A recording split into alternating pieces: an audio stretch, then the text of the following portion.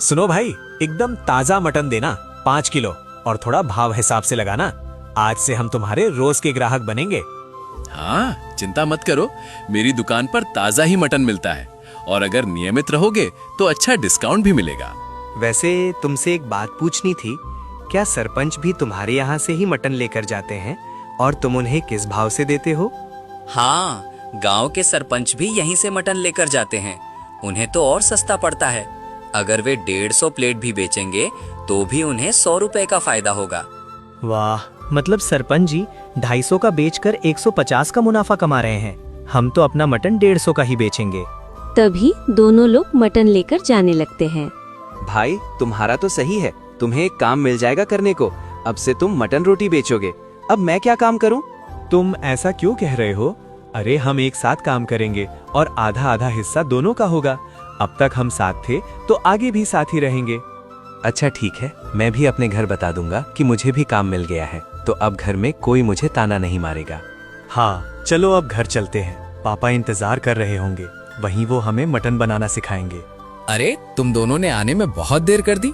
अब सुनो, मटन तो कोई भी बना लेता है, लेकिन मेरे मटन में स्वाद एक जादुई तरीके से आता है। अच्छा पापा, कैसा जादुई तरीका? क्या कोई जादुई केमिकल है या कोई खास मसाला है? हाँ, वो एक जादुई मसाला है जिसे हमारे पूर्वज इस्तेमाल करते थे। आज मैं तुम्हें वही मसाला डालकर मटन करी बनाकर खिलाऊंगा। अब तुम दोनों कमरे में आराम करो और मेरी मटन करी का इंतजार करो। तभी किशोर के पापा मटन करी बनाना शुरू कर देते हैं और मटन करी बनने के बाद सभी लोग एक साथ मटन करी खाना शुरू कर देते हैं। वाह पापा, आपने तो कमाल ही कर दिया। इतना स्वादिष्ट मटन करी तो बिहारी के यहाँ भी नहीं मिलता। ये तो सच में बहुत ही स्वादिष्ट है। हाँ, स्वादिष्ट तो होगा ही, मैंने बनाया है, और साथ ही इसमें मैंने अपने पूर्वजों का मसाला भी मिलाया है। ऐसा मसाला अब बनना तो नामुमकिन है। अंकल, सच में ये मटन करी तो बहुत ही अच्छी है। क्या हम भी उस मसाले से ऐसी मटन करी बना सकते हैं? हाँ बिल्कुल बेटा, बस मटन करी बनाना सीख जाओ, उसके बाद ये मसाला डाल दो और बस तुम्हारा काम हो गया। फिर खुद पैसे कमाओ। पापा, अब तो मैं कल ही अपना ठेला लगा दूंगा और मटन करी बेचूंगा। अगले दिन सुबह होते ही किशोर और उसका दोस्त मटन रोटी का ठेला लेकर खड़े हो जाते हैं और तभी गांव का एक आदमी वहां पहुंचता है। वाह किशोर भाई, कल बात हुई और आज ठेला भी लगा दिया। लगता है तुम्हारा पहला कस्टमर मैं ही हूँ। हाँ भाई, अभी अभी तो दुकान लगाई है और सबसे पहले तुम ही आ गए। मटन भी मेरे पापा ने सिखाया है, बिल्कुल वैसा ही बनाकर लाया हूँ। अच्छा, फिर तो आज खाने में मजा ही आ जाएगा। और तुम मटन कितने का दे रहे हो? तुम भी बिहारी और सरपंच की तरह महंगा दे रहे हो या सस्ता? अरे मैं तो 150 रुपए की प्लेट दे रहा हूँ और खाने को इतना मिलेगा कि पेट तो भर ही जाएगा। वाह, ये तो बहुत ही सस्ता है किशोर भाई। लाओ फिर एक प्लेट लगा दो। देखना, अब तो पूरा गांव तुम्हारे यहाँ ही मटन रोटी खाने आएगा। तभी किशोर उसे मटन रोटी दे देता है और वो मटन रोटी खाने लगता है। देखते ही देखते गांव के और भी लोग वहां मटन रोटी खाने आ जाते हैं। दूसरी तरफ सरपंच के यहाँ कोई भी मटन रोटी खाने नहीं आ रहा था।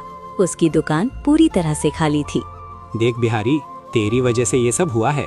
तूने मटन का दाम बढ़ाया, इसलिए लोग यहाँ मटन खाने नहीं आ रहे हैं, वरना यहाँ कोई ना कोई हमेशा होता था। जब से तूने मटन का दाम बढ़ाया है, लोगों ने आना बंद कर दिया है। अरे सरपंच जी, ये सब मेरे दाम बढ़ाने की वजह से नहीं हुआ है। लगता है आपको मालूम नहीं है कि गांव में किशोर ने अपना ठेला खोला है, जहां वो मटन रोटी बेच रहा है, वो भी 150 रुपए की। इसलिए लोग वहां खा रहे हैं। क्या कहा? किशोर ने ठेला खोला है, वो भी मटन रोटी का? उसकी इतनी हिम्मत! लगता है वो भूल गया कि मैंने उसके बाप के साथ क्या किया था। सरपंच जी, ऐसा क्या किया था आपने उसके पापा के साथ?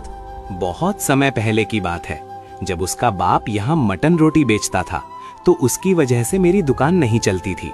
इसीलिए मैंने एक बार रात को जाकर उसके ठेले में आग लगा दी।